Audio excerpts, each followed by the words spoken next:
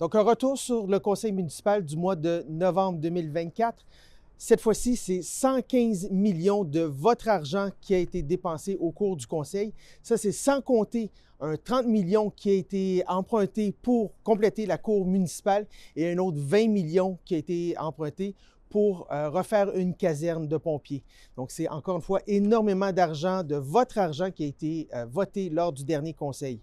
Du côté des politiques qui ont été adoptées, il y a eu une expropriation d'un terrain, 5 millions de dollars, encore une fois, de votre argent qui va être utilisé pour exproprier un terrain sur lequel il y avait un projet pour construire une résidence pour aînés. On en a besoin en ce moment, mais le maire a préféré faire de la politique avec votre argent pour protéger quelques dizaines d'arbres qui sont enclavés sur un terrain en arrière de une dizaine de maisons. Donc, le maire a préféré utiliser votre argent pour exproprier ce projet-là et sauver quelques arbres, alors que de l'autre côté de la rue, en face, il y a un véritable boisé, le bois Saint-Antoine, qui, lui, n'est toujours pas protégé. Donc, on peut encore une fois douter des bons choix de notre maire. Côté proposition, il y a eu une proposition qui a été déposée conjointement avec le Parti Laval. Action Laval et Parti Laval ont demandé à ce qu'il y ait une enquête externe qui soit faite, subventionnée par le gouvernement du Québec et d'Ottawa, pour savoir qu'est-ce qui s'est passé véritablement avec nos égouts le 9 août dernier.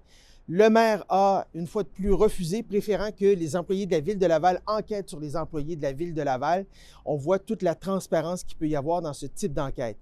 Une autre proposition qui a été faite par le conseiller municipal Achille Chifeli, le conseiller municipal du district Val-des-Arbres, demandant à ce qu'un service de sécurité publique soit mis en place de manière à libérer nos policiers de tâches pour lesquelles ils sont véritablement trop qualifiés, comme par exemple fermer des rues lorsqu'il y a des fêtes de quartier ou encore s'occuper des feux de circulation lors des parties du Rocket.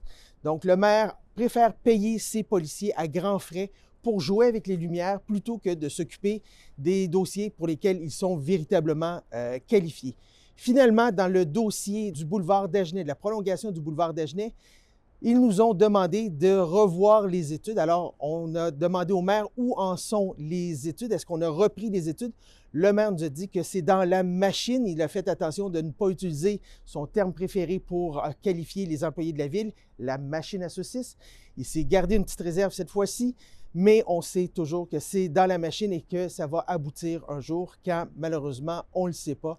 Donc, on va pouvoir voir ça dans les prochains mois. On va suivre ça pour vous. En attendant, vous pouvez nous suivre sur notre page web actionlaval.com ou encore sur Facebook, YouTube. Vous pouvez toujours nous retrouver. À la prochaine.